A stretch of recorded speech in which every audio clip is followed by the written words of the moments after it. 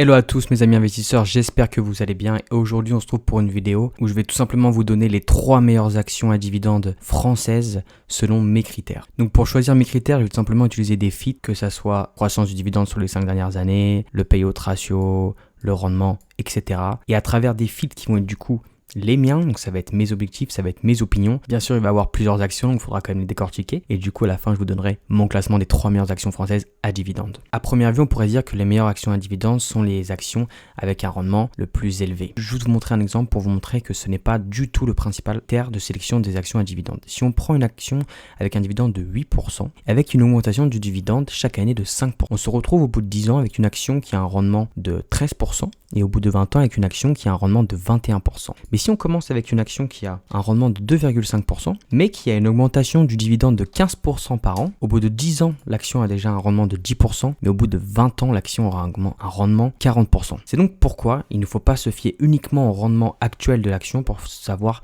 choisir correctement la meilleure action à dividende. Donc pour ce faire, pour choisir mes dividendes, je vais avoir plusieurs critères. Donc vous allez voir ici à gauche, je vais vous montrer tous les critères un par un et ensuite on va avoir une sélection d'actions que moi-même je vais essayer d'étudier à minima le business pour pouvoir ressortir du lot 3 actions qui seront pour moi, de mon point de vue avec mes critères, les meilleures actions à dividendes françaises. Donc si vous voulez aussi vous faire votre propre classement, le site que j'utilise s'appelle Money. Vous avez un lien en description pour pouvoir l'utiliser, vous inscrire, l'inscription est gratuite. Vous avez une quantité d'informations très élevée sur le site Money et de plus si jamais vous voulez adhérer à la version pro, donc qui va vous donner accès à plus de filtres, plus de détails sur les actions, vous avez un lien de moins 5% en description avec le code TheFrench. Donc voilà, c'était la petite parenthèse.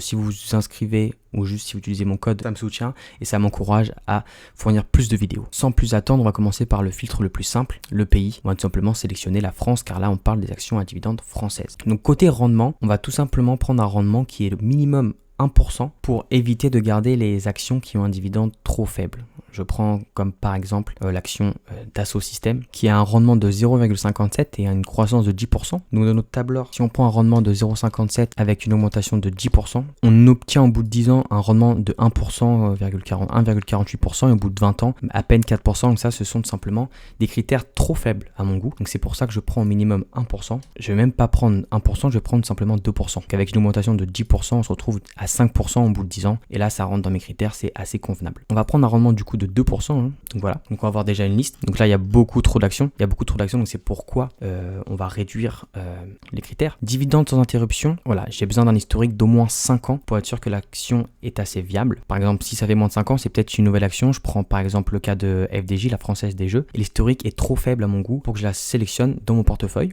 Le payout ratio, ça va être simplement sur les bénéfices nets. Combien de pourcentage des bénéfices nets sont alloués à la distribution de dividendes. Donc plus le ratio est élevé, plus ça veut dire que l'entreprise se concentre à verser des dividendes et va donc réduire la possibilité de croissance. C'est donc pourquoi je sélectionne un maximum de 60%. Après, on a le ratio court-bénéfice, appelé aussi PER. Alors, simplement, pour ce critère-là, je vais rien sélectionner. Simplement parce qu'on va avoir, par exemple, pour les compagnies de luxe, telles que LVMH, Kering, L'Oréal, Hermès, des PER très élevés. Ça va être difficile de mettre un ratio qui va être assez juste, même si on peut faire ça pour tous les critères, je suis d'accord avec vous. Mais en tout cas, pour le PER, je ne vais pas le prendre en compte. On va prendre en compte lors de choix des entreprises individuelles. Mais pour le critère général, on ne va pas le prendre. Prochain critère, croissance de dividende sur 5 ans. On va prendre un 10%. Voilà, c'est le minimum que devrait fournir une entreprise. Et ensuite, niveau du score de sécurité du dividende, on va mettre 10. On va mettre la moyenne tout simplement et on va faire de même avec le score de croissance. Ce qui nous donne une liste d'actions à dividendes très faible au niveau français. Je vais donc regarder individuellement chaque action, voir un peu ce qu'elles font. Et par exemple, je vais regarder chaque action pour tout simplement éliminer les actions ne rentrant pas dans mon critère. Par exemple, je prends l'entreprise Bassac. Donc on peut voir que le dividende depuis 2017 n'a pas évolué, c'est toujours le même, mais ça c'est pas du tout les entreprises qui m'intéressent. Donc celle-ci sera directement éliminée et je vais pas la prendre en compte. Donc il y a beaucoup d'actions comme ça qu'on va devoir regarder et regarder leurs dividendes et les éliminer. Donc je vous passe la recherche et je vous rejoins tout de suite après. Après avoir analysé plusieurs actions, je suis tombé sur 3 actions, donc 2 grosses entreprises très connues du monde des actions françaises et bien sûr une petite entreprise qui fait partie des small cap. Donc c'est un peu voilà, c'est le petit risque car l'action forcément a une plus petite capitalisation, donc c'est une action un peu plus risquée. Donc c'est le petit défi, c'est pour ça que voilà, attention, il faut prendre avec des pincettes la dernière action que je vais vous présenter, mais c'est celle aussi qui a un potentiel de gain le plus élevé. Donc on va commencer avec la première action, l'action Pernod Ricard, donc qui a un rendement de 2,38, donc avec un rendement de 2,38 et une croissance du dividende de 15% par an. Au bout de 10 ans, un rendement sur montant investi de 9% et au bout de 20 ans, presque 40%. C'est énorme. Je vais juste vous montrer, donc pour ceux qui ne connaissent pas l'entreprise, c'est une entreprise qui vend de l'alcool, donc ils ont énormément de marques d'alcool. L'action en plus est en dessous de sa juste valeur, donc c'est un point d'entrée qui est plutôt positif, car ils ont subi une baisse de 4% suite aux annonces des résultats. Donc voilà, un dividende uniquement en croissance comme vous pouvez le voir, un chiffre d'affaires qui est en croissance année par année, ainsi que le free cash flow, des marges nettes de 18%, donc des marges énormes pour Pernod Ricard, retour sur capitaux propres aux alentours de 10% en général, et voilà, des dettes qui sont inférieures aux capitaux propres. Donc en général, c'est une excellente action et c'est une excellente action à dividende. Concernant la deuxième entreprise, on retrouve Kering, donc la marque, l'action de luxe qui possède énormément de marques comme Gucci, Balenciaga, etc.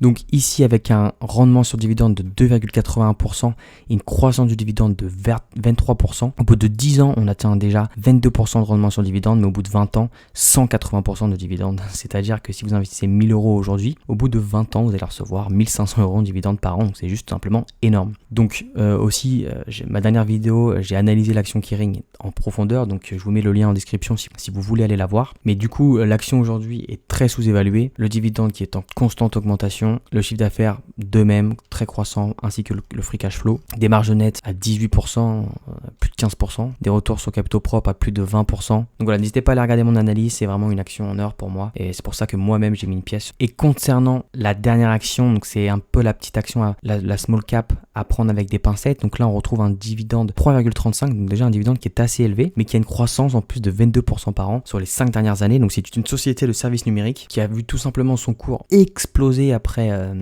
la crise Covid. On est passé de 15 euros aux alentours de 40 euros aujourd'hui. Donc voilà, donc l'action est à peu près à sa juste valeur en ce moment. Un dividende qui a explosé en 2022 et qui continue d'augmenter en 2023. Un chiffre d'affaires qui est en constante augmentation, constante progression. Ainsi de même pour le free cash flow. Des marges un peu faibles, c'est un peu le point négatif.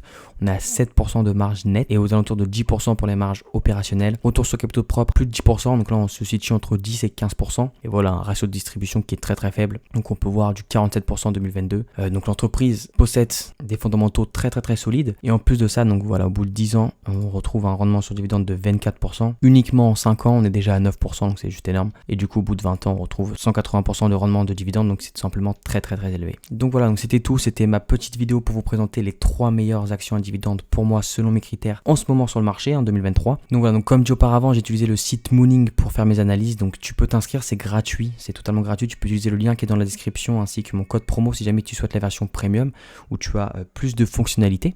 Donc avec le code TheFrench, tu as 5% sur l'abonnement. Si cette analyse assez rapide t'a plu, n'hésite pas à mettre un like, un commentaire, à t'abonner, ça me ferait super plaisir, ça va aussi me supporter. Et sur ce, je vous dis tchuss!